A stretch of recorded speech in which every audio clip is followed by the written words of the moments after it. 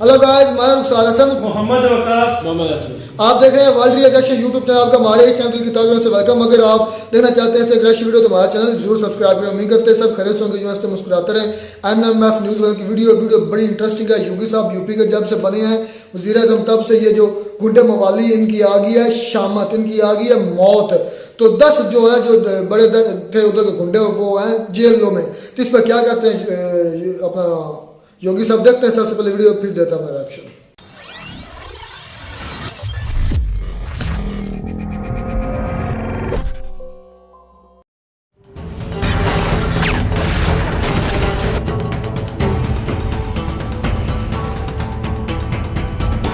अतीक अहमद के खिलाफ पीड़ित परिवारों ने मुकदमा दर्ज कराया, उसके परिवार के खिलाफ इस माफिया को मिट्टी में मिला देंगे।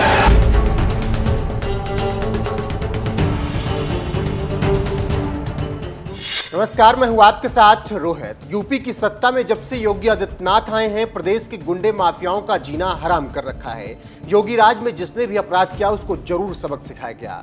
तो चलिए जानते हैं कि कौन है वो टॉप 10 अपराधी जो इस वक्त यूपी के किसी न किसी जेल में बंद हैं। इसके बावजूद भी योगी सरकार उन्हें बख्शने के मूड में नहीं है, इसीलिए अब जेल में बंद इन अपराधियों पर अलग से निगरानी रखने का आदेश दे दिया गया है।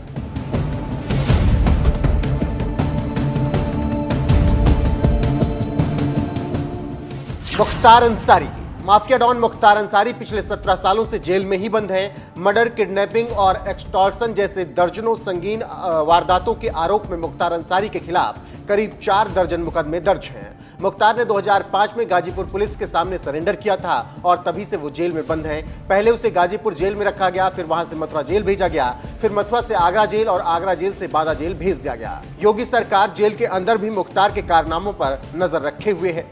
अब्बास अंसारी, मुख्तार अंसारी के पुत्र अब्बास अंसारी एक शानदार शॉटगन शूटिंग के इंटरनेशनल खिलाड़ी हैं। उनका नाम कभी दुनिया के टॉप 10 शूटरों में शुमार रहा। अब्बास न सिर्फ नेशनल चैंपियन रह चुके हैं बल्कि दुनिया भर में कई पदक जीत कर देश का नाम रोशन कर चुके हैं। लेकिन पिता के अपराधों की परछाई अब्बास पर भी पड़ गई, जिसके बाद उनके दिन सलाखों के पीछे कट रहे हैं। हाल फिलहाल में अब्बास पर जेल के अंदर की गई हरकतों को लेकर कई आरोप लगे हैं। आतिफ रजा, आतिफ रजा को दूसरे नाम यानी शर्जिल रजा के नाम से भी जाना जाता है। वो बाहुबली मुख्तार अंसारी का छोटा साला है। एक बार इसे जमानत मिल गई थी, लेकिन जब अब्बास अंसारी के खिलाफ मनी लॉन्ड्रिंग का मामला दर्ज किया गया और उसकी गिरफ्तारी की गई, तब से आतिफ जेल में बंद है। सुभाष ठाकुर, पूर्वांचल के सबसे कुख्यात गैंगस्टर में से एक, जिसे यूपी का सबसे बड़ा माफिया डॉन कहा गया, जो पहले बनारस की जेल में बंद था और फिर उसे उम्र कैद की सजा देकर फतेहगढ़ जेल भेज दिया गया, जहां योगी सरकार उसके कारनामों पर नजर बनाए हुए है।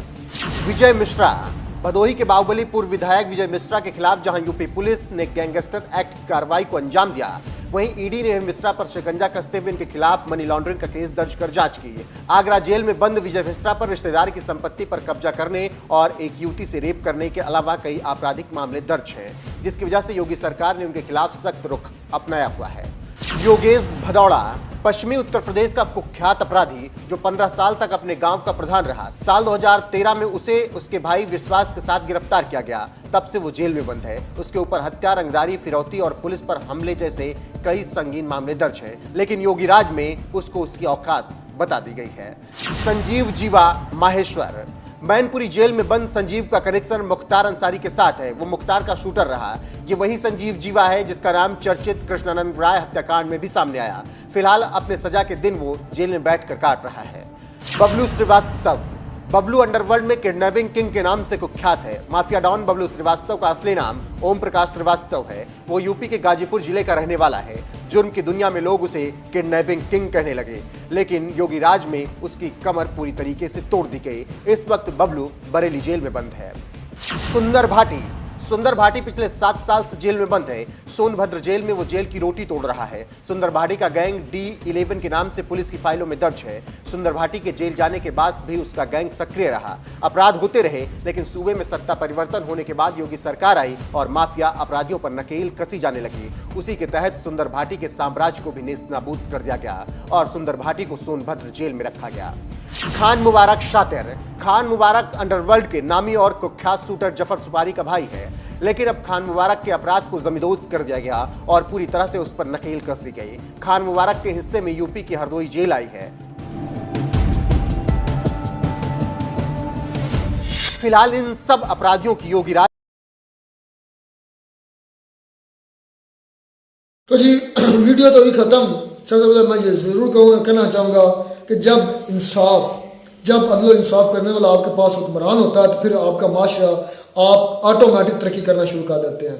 देखें यूपी में जो पहले सूरत हाल थी उससे अब काफ़ी बेहतर है, मतलब ज़मीन आसमान का फ़र्क पड़ गया। वजह क्या कि योगी साहब की इंसाफ पसंदाना पॉलिसी, मतलब उनके लिए कानून से बालातर वो किसी को भी नहीं समझते। वो कहते हैं कानून चाहे वो मुसलमान है चाहे वो गैर मुस्लिम हिंदू हैं, बल्कि उनके अपने मजहब के लोग हैं, जो भी इस उनके मुल्क के लिए खतरा होंगे, उनके माशरे के लिए खतरा होंगे, वो सलाखों के पीछे होंगे। और उनका ये डायलॉग कि मैं मिट्टी में मिला दूंगा, ये बड़ा मशहूर हुआ और वो उस पर वाकई कामयाब भी रहे।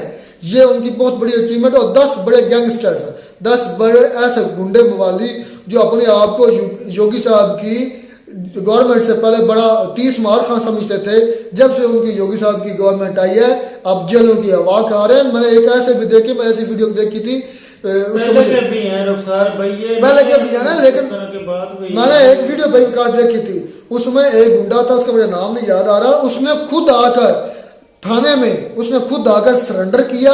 और ये जब से योगी साहब जो सुना कि योगी साहब आ गए, उसने सरेंडर किया और साथ में माफी मांगी, मैं जो पिछले गुनाह कर चुका हूं मुझे उसकी माफी दी जाए।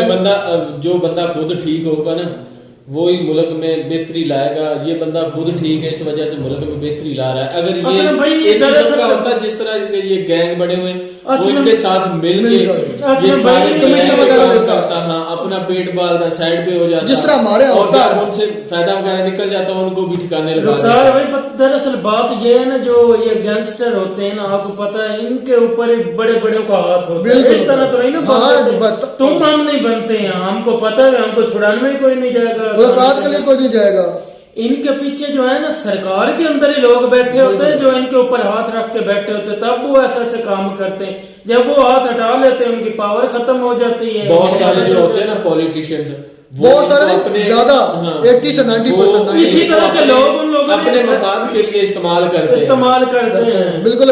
मैंने एक खास तौर पे इलेक्शन के दिनों में तो बहुत ज्यादा इस तरह के लोग इस्तेमाल करते हैं ना भाई, आपको पता किसी को उठवाना हो इस तरह मतलब सब किराए के ये कातिल होते हैं और इन्हीं सियासतदानों की वजह से ये यार कुल्लू बदमी जिस तरह आपको पता है शहबाज शरीफ लोगों ने लेकिन इस वीडियो से यही इज़हार होता है कि जो योगी साहब है ना वो अपनी हुकूमत के साथ बिल्कुल मुखलिस है, अवाम के साथ मुखलिस है। यार मेरिट पे काम के लिए मेरिट पे काम कर रहा है तो बहुत अच्छी बात है यार, करे इस तरह के लोगों को अंदर ही होना चाहिए।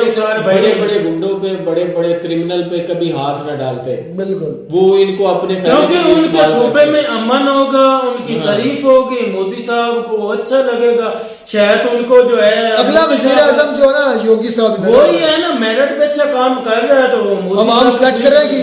तो मैंने एक इनकी स्पीच देखी थी, पार्लियामेंट में थी, तो यकीन कर मेरे भी उस वीडियो में आंसू आ गए थे, ये रो पड़े थे योगी साहब ने। कहा कि मैंने अपनी फैमिली छोड़ी, मैं वो क्या कहते हैं वो हम तो कहते हैं मलंग बन जाना, तो वो अपनी मतलब क्या कहते हैं संस्कार वो क्या साधु बन गए।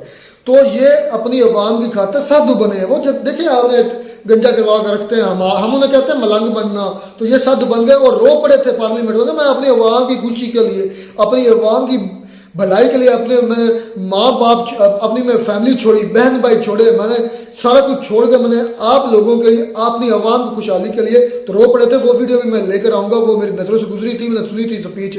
तो भाई जब अपनी आवाम के लिए जीते हैं उनका नाम फिर रहती दुनिया तक कामयाब रहता है। जो लोगों के लिए जीते अपने लिए तो हर कोई जी लेता है। इसी वजह से वो इंसाफ कर रहे हैं, क्योंकि उनकी अपनी कोई नहीं, वो आवाम की बेहतरी कर रहे हैं। और जो गुंडा मवाली जो भी अपने आप को बड़ा 30 माह समझता है, वो योगी साहब के होते हुए वहां पर भी नहीं आ सकता।